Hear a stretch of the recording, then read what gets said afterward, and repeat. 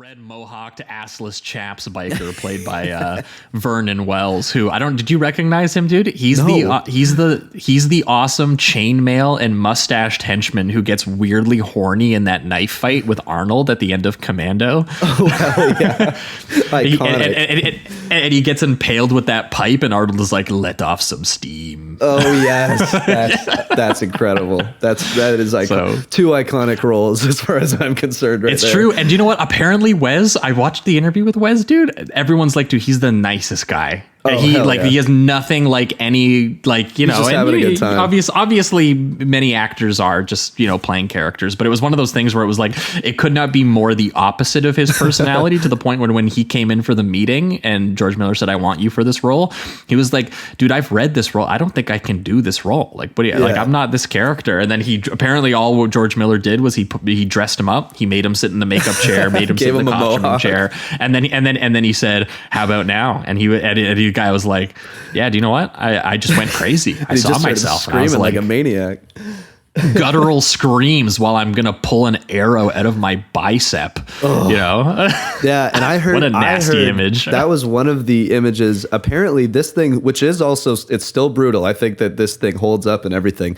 But apparently there's a cut that has way more gore. And this was one of the moments where they held on to the shot of him taking that out of his arm even longer in the original cut. Apparently the original cut with the more violence doesn't even exist anymore, or they at least think it doesn't exist. Well, I think they were able to restore how long this shot is, and there's another shot that was super long. They were able to restore the shots that were trimmed, but they were not able to restore any of the stuff that didn't make it into the movie, like just straight gory shots, basically. Yeah, which is a shame because, like, I mean, like, I think that they're getting away with quite a number of things that they're doing here. Totally. Anyway, there's some nasty shit, but yeah, it's part of me is also like, you could nasty it up a little bit more. I mean, it's one of those things that I think all of it works already. It's not like it needs more. If it had more, I wouldn't be complaining because it's just giving more of that, like, how dangerous this world is, how weak the human body is compared to the machines that they're riding and relying on.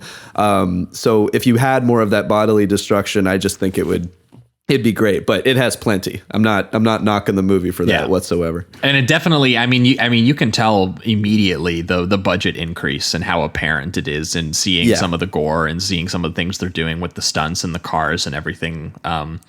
Like that, Max riding around his ratty leather outfit, his sawed-off shotgun, his mangy dog named Dog in the passenger seat, helping him out.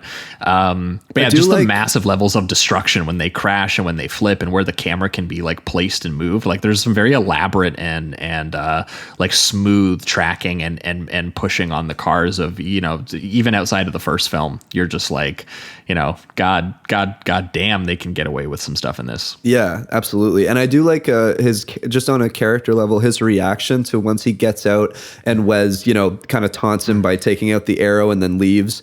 You know, he's like, I'll be back for more kind of thing. He starts to look into the truck, and there's one guy that reaches out his hand and then passes away, and then another when he opens the door for the passenger side, where a guy with a totally mangled, like burned up looking face comes out, and he doesn't have much of a reaction to it, and it's almost like he's just kind of used to this at this point. And Miller loves that eye bulge, man. That rotted corpse's eyes are popping out of his fucking head. Yeah, it's gross looking, honestly. In his semi-tanker truck that has "The vermin have inherited the earth" written on it too, which I think is a great touch. Yeah, it's awesome. But again, as he's filming like an army helmet with gas, you like use it as a bowl. Oh yeah. And what's cool about that moment too is when the gas is leaking, he takes the army helmet, but then he also grabs whatever he can beside him. He's just desperate. Like it really accents how little a little amount of gasoline is worth so much, to the point where even a few droplets on a frisbee or whatever the hell he grabs at the end, a plate, is worth the time to take, even if it's like, you know, a couple milliliters or whatever. He's just like, I need to take this. It's crucial for survival.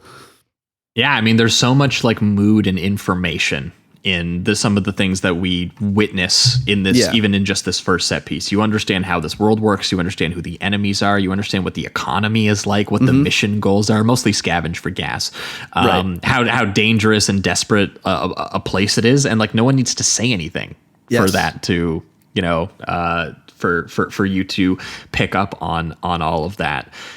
There's also something about him finding that musical box and just he plays it and he chooses to keep it. It does feel like there's some type of, it's like, here's a little piece of humanity. Like I like that I get to listen to a little jingle. Son. Yeah, You know? Exactly. It's like I like that I get to listen to. There's something here. There's some piece of humanity art, something that connects me to the past world in some way, shape, or form. Yeah, it's unfortunately it's mostly gas. Gas is on the brain. Yeah, gas is just, everyone has got a head full of gas in this one, and he is lucky enough to hit the mother lode by locating an oil refinery that has turned into a settler encampment or fortress or compound. It's functionally all of them. It's got like barbed wire, giant tires, flamethrowers, arrows, guns guarding it. It's a great feat of production design in the middle of this like mountain valley location that they located in Australia, and also apparently built all that for real because they said it was actually cheaper. Wow. Because of the people that they knew, and because they knew people who, you know, could get them like actual steel and stuff like that. It was, rather than building studio set materials and having them like flown in, it was easier to really just like build that city functionally as it is. That's this crazy. Little encampment that they did. The one introduction shot is amazing. And I don't know if it's a composition shot where they have two shots that kind of go together, but